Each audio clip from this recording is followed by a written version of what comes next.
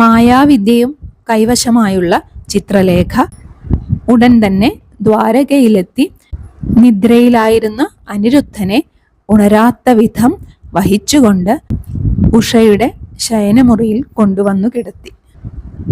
ദ്വാരകാധിപതിയായ ശ്രീകൃഷ്ണന്റെ പൗത്രനായ അനിരുദ്ധനാണ് ഈ യുവാവ് എന്ന് ചിത്രലേഖ ഉഷയോട് പറഞ്ഞു കൊടുത്തു. ഇദ്ദേഹത്തെ ഞാനിവിടെ എത്തിച്ച കാര്യം രഹസ്യമായിരിക്കണം. ഇത് അവിടുത്തെ അച്ഛൻ അറിഞ്ഞാൽ വലിയ ആപത്താണ് എന്നും ചിത്രലേഖ ബോധിപ്പിച്ചു. അനിരുദ്ധനാകട്ടെ ഉറക്കമുണർന്നു നോക്കിയപ്പോൾ തൻ്റെ അടുത്ത് സുന്ദരിയായ ഒരു യുവതി ഇരിക്കുന്നത് കണ്ട് അതിശയപ്പെട്ടു.